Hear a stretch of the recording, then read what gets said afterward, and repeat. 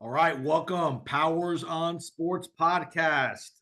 Appreciate you finding us on your favorite podcast platform. I'm your host, Jason, down in Tampa. Olympics have finally arrived in Paris. All the hype, all the commercials on NBC and Peacock. We are finally here. Opening ceremonies Friday night from Paris. Lots of stuff going on. We're going to get into some Olympic chatter here a little bit. No guests this week. I'm just going to give you a little potpourri of some sports topics. Again, headlined by the Olympics. We're NFL training camp. The NFL season is here, finally on the field. No more, very little free agency talk. There's still a few guys out there unsigned, but no more speculation of who's going to sign who. All the big time players have been signed. A couple contract situations we'll get into in a little bit about maybe contracts with quarterbacks and such. A couple franchise tags, a couple guys want extensions and all that. But for the most part, we know who's on your roster. We're going to talk a little NFL training camp, 18 game schedule possibility in the NFL on the horizon. We're going to talk a little bit about that. We're also going to hit on the British Open. Pete Rose has a new documentary coming out. Very interesting documentary about Pete Rose. Will he ever get into the Hall of Fame after all of his gambling, been banned for life from baseball?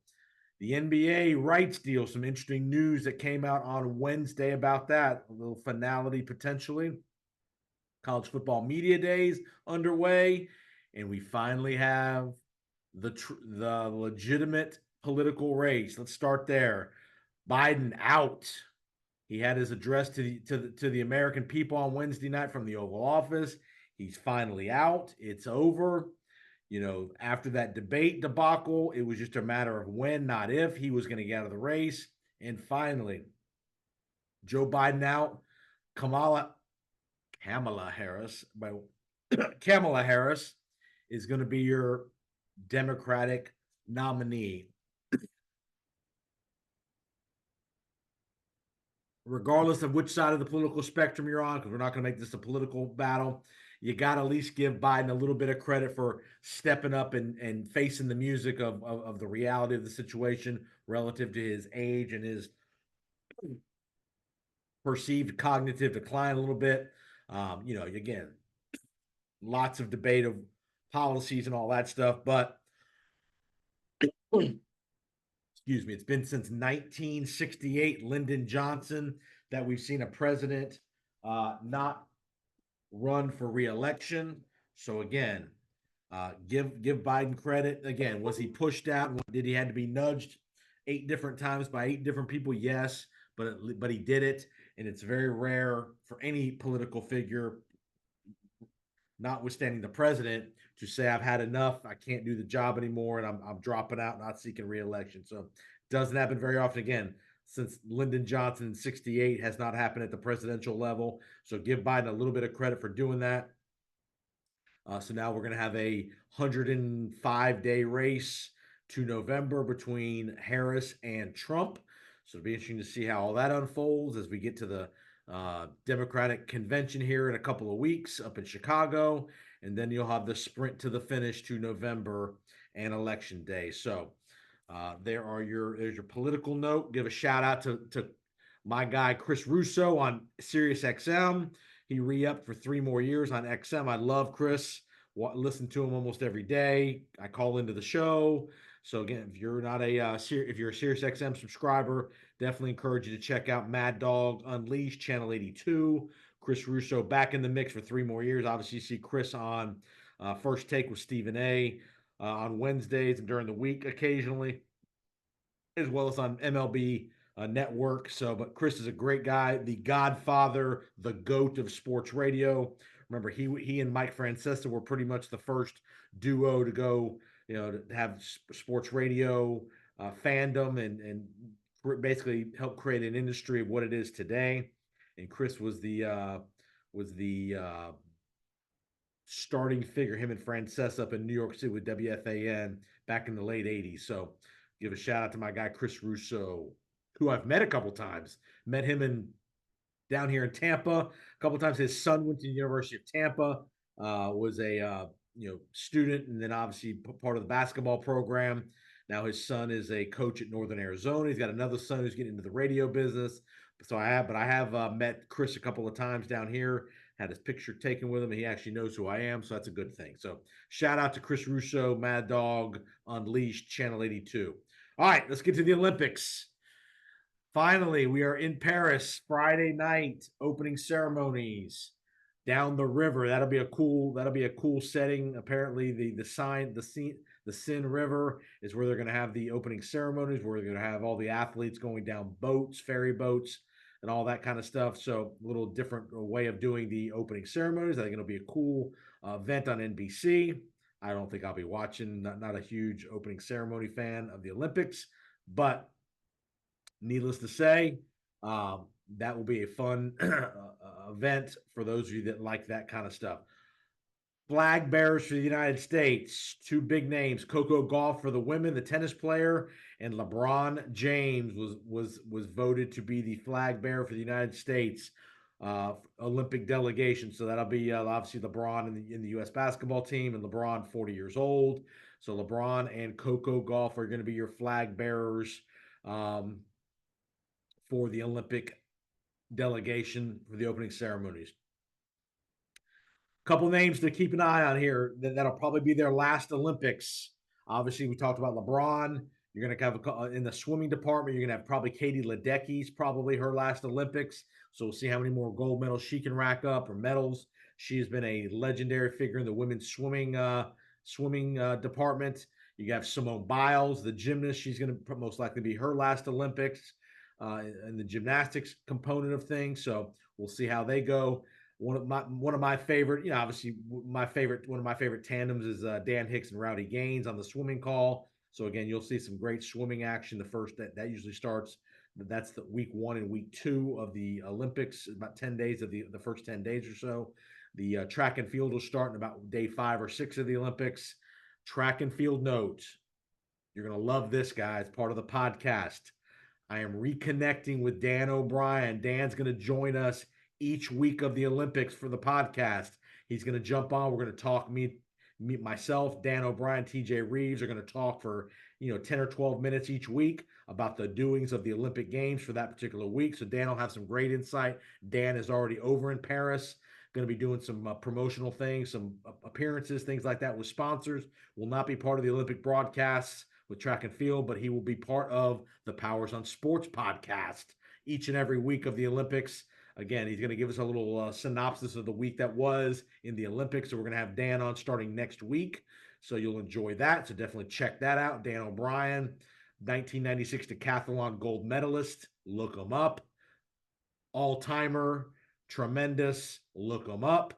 But definitely you'll enjoy that. That we'll have Dan live from Paris as part of the podcast each and every week of the Olympic Games. So remember, if you haven't already done so, subscribe, rate, and review to the podcast.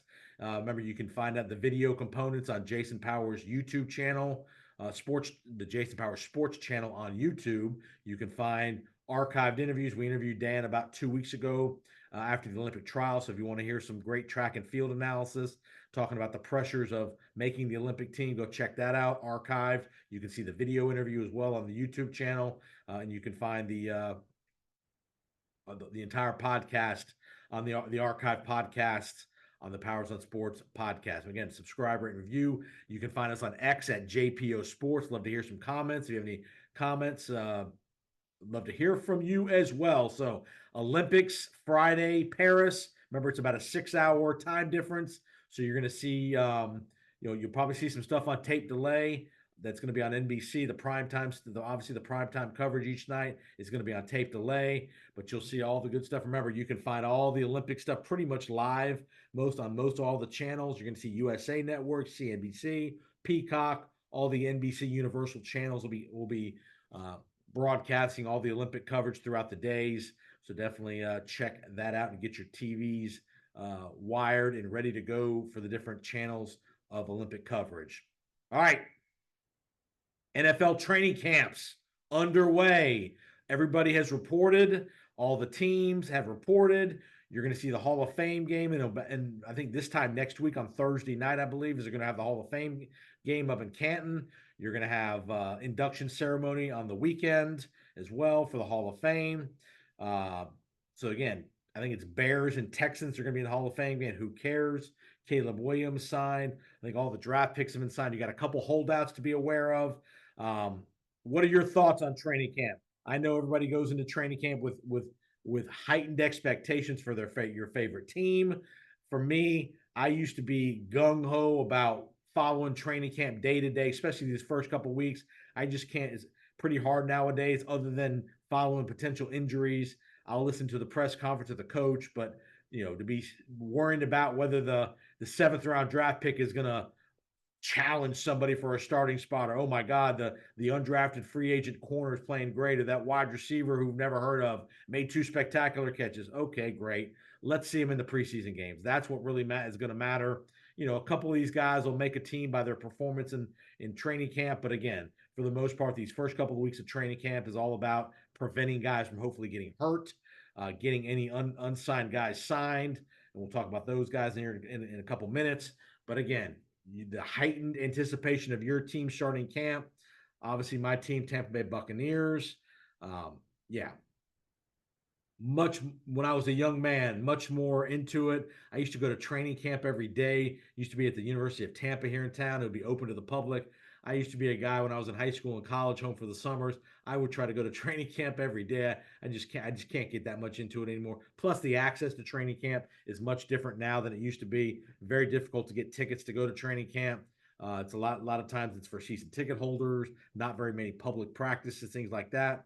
So that is the storylines of training camp are this right now: QB extensions. Jordan Love in Green Bay not practicing because he's trying to get a deal done. Tua down in Miami. I think he's practicing, but again, don't be surprised if in another few days he doesn't get a deal done, that he stops practicing. Dak Prescott, they're going to get a deal done with Dak. CeeDee Lamb's not practicing with the Cowboys. They're going to get a deal done with him. What do you do with him? What do you do with Dak? I don't pay Dak, by the way. I make Dak play it out. I give CeeDee Lamb his money, but I'm making Dak play it out. And no way I'm giving Dak Prescott $60 million. No chance. Trevor Lawrence just got his money. Guy like Trent Williams with the 49ers, he's now all of a sudden going to be holding out. Brandon Ayuk is basically holding in. They're not holding out, they're holding in, basically showing up to the facility, just not doing anything. So Ayuk in the 49ers, Trent Williams in the 49ers. So interesting to see what the 49ers do. This is going to be interesting next 3 weeks or so for the 49ers. They cannot, they don't want to pay Ayuk yet. Do they pay Trent Williams more money? We'll see.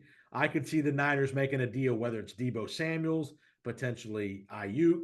One of these guys I could see potentially getting moved here in the next 3 weeks because just a lot of issues in San Francisco when it comes to contracts and all that stuff. They don't have to pay Ayuk. He's on the franchise tag, and he's not going to sit out. But interesting to see what happens. Quarterback battles. You got Russell Wilson, Justin Fields. Russell Wilson's probably the favorite there. Denver, you got, will Bo Nix emerge as the starter in Denver over Stidham and Zach Wilson? Aaron Rodgers, how's that going to unfold? Obviously have Kirk Cousins new in Atlanta. You got Caleb Williams with the Bears. All those kind of things. The Patriots have already announced that Jacoby Brissett's going to start week 1. So obviously Drake May is going to sit. What do the Raiders do at quarterback? Kansas City, obviously we know with Mahomes and that crew. But again, Lamar Jackson's been mysteriously out of practice for 4 or 5 days now, sick. What's the deal with that? So those are your storylines here the first week or so of training camp. Those things will probably unfold. Again, guys don't want to practice much this first week if they can avoid it, but part of the deal. Other big news out of the NFL, 2 big news stories. 18-game schedule is being really discussed in earnest here the last couple of days. You're going to see it. 18 games is happening. When it gets implemented will be another story. I think you'll see 18 games either in 2026 or 2027. Remember, the players have to agree to this. It's all collectively bargained. The league cannot unilaterally demand 18 games.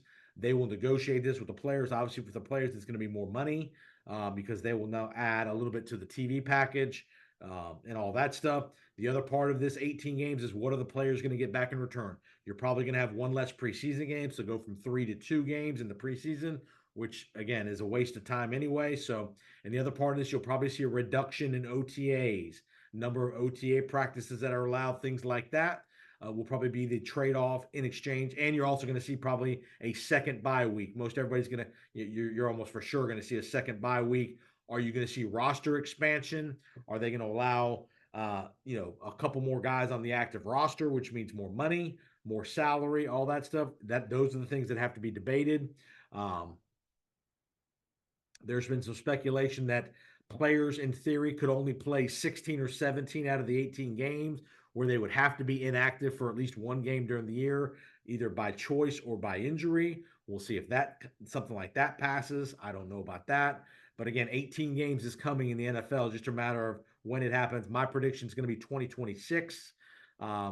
At the latest 2027. And again, you'll see some negotiations here ramp up probably once the season starts. Is probably when you'll see that start to take shape between the Players Association and the owners. The other big story with the NFL is this YouTube settlement with the NFL Sunday Ticket. Remember the NFL has been charged with about 14 billion with a B dollars worth of fines with a judgment from the judge concerning the way Sunday Ticket's been handled and price gouging and all that kind of stuff, which totals to about $440 million per team in theory that they would have to pay. They're probably not going to have to pay that for several years because of litigation and appeals. But again, that would be the number if it doesn't get negotiated down or somehow settled to a different number. It's about 430 million, 440 per team if the full payment judgment is in place. Again, part of this 18 game schedule will be to recoup some of that money, so that'd be part of it as well. So interesting to keep an eye on that as that moves forward as well through the preseason. All right, there's your NFL update. Again, Powers on Sports podcast. I'm your host, Jason, down in Tampa. Couple other notes. Schauffele wins the British Open. Some terrible weather over in Troon over the weekend, but Schauffele played great on Sunday. Shot 665 to win the tournament. Schauffele has now won 2 majors this year. Definitely going to be the player of the year when you win 2 majors, I think. Even better than, even I know Scotty Scheffler's won a bunch of tournaments, but when Schauffele's won 2 majors, he's going to be player of the year. He's clearly elevated himself. Tiger played terrible. Rory McIlroy played terrible. The LIV guys played terrible. But again, Schauffele wins the tournament. Justin Rose, the longtime Brit, has a valiant run. But again, Schauffele wins the second major. Good for him. That's the end of your majors for the year in golf. You got the FedEx Series at the end of the year here, going to wrap up in August, September. That you'll see. That'll be the last little spurt of big time golf for the year. So, but again, your major season is now over with Schauffele winning 2. Let's see who else won. DeChambeau obviously won, and then who won the Masters? Just can't think of who won the Masters. I'm having a little old person moment here. Can't remember who won the Masters. All right, we'll about that later.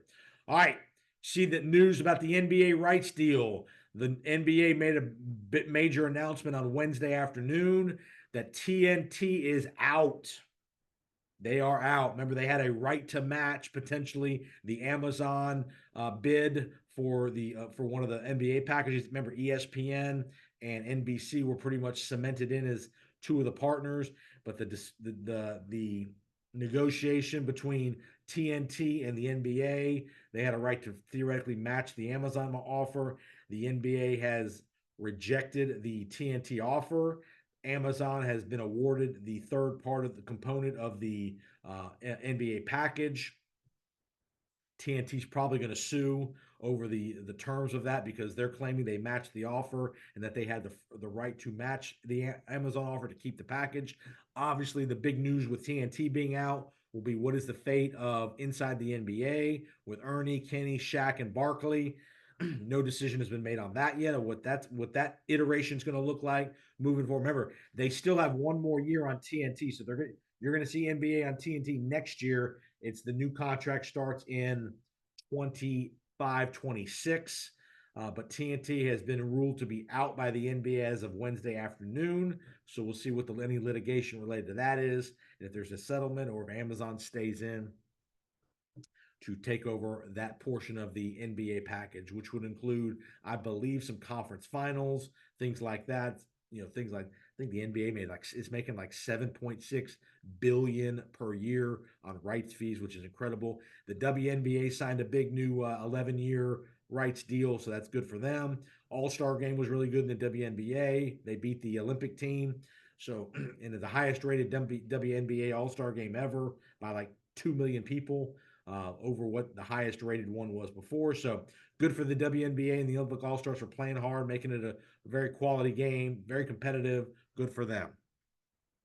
Remember, no WNBA during the Olympics. They're going to take a hiatus. They're going to kick up after the Olympics are over. Speaking of the Olympics and the men's team, the men have been pushed almost lose to South Sudan. Unbelievable to think that the South Sudan almost beat the US Olympic team. They need LeBron James to bail them out late. The women's team will be playing as well. Again, it'll be a much more competitive Olympic Games for the basketball side of things. You will see a competitive elimination round between the United States, Germany, Bosnia, Serbia, those countries, because the talent is just so great around the NBA. And remember, they only play 40-minute games, 3-point shot, different rules with the international play, different lane configurations. So again, you'll see some very competitive games in the NBA or in the Olympics basketball tournament. So that's the news out of the NBA. Pete Rose documentary coming up on HBO. I think got released on Wednesday night. Pete Rose, a 4-hour documentary on Pete Rose, kind of a look back at his situation. For those of you younger people in the audience, Pete Rose suspended by Major League Baseball for gambling back in the late 80s or in 1987, 88. No, actually 1989, I believe. He denied it for 25 years, finally came clean and said, yeah, I did it. But he was banned for life by Bart Giamatti, Faye Vincent. And the push now is obviously there's some out there that want Pete Rose in the Hall of Fame. This new HBO documentary is just coming out, so we'll see how that looks. My thought on Pete Rose is the Major League Baseball will never put Pete Rose in the Hall of Fame until he's dead. If they ever decide to do it, it won't be till after he's dead, would be my thought here. Obviously, now baseball has changed its position as far as accepting gambling money from the casinos and all that stuff. But again, Pete Rose was caught red-handed. Had Pete Rose in year 4, 5, 6 after it all happened come clean, said, you know what, I did it, taking his medicine. I think MLB would have negotiated some way to reinstate him so he could be eligible for a Hall of Fame. But he denied it for 25 years. I don't think MLB will put him in the Hall of Fame under any circumstance till he's dead. Now, I think once he dies, I could see MLB coming out and saying a year or so after he dies, yeah, we're going to put Pete Rose in the Hall of Fame with an asterisk or something along those lines. But I don't think MLB is ever going to put Pete Rose in the Hall of Fame until he's dead. There's arguments on both sides of the ledger. There are guys in the Hall of Fame that we know have done performance enhancing drugs, we think, other things like that, criminal records, things like that. But again, Pete Rose has been banned since 1990, going on 35 years.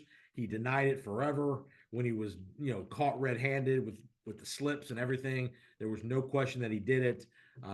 So to some degree, Pete Rose has got to sleep in the bed that he made. But I don't think he'll get in the Hall of Fame until he's dead. I don't think MLB will give him the pleasure of getting into the Hall of Fame while he's still alive. Just my thought there. All right, college football media days are wrapping up this week. Big Ten, ACC, AAC, those conferences are wrapping up. What's the future of FSU and Clemson? Still no word there. Lots of speculation about what they may or may not do.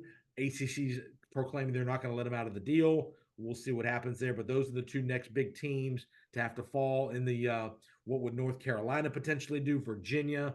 Those are the four big teams from the ACC that will have a lot of clout with these conferences.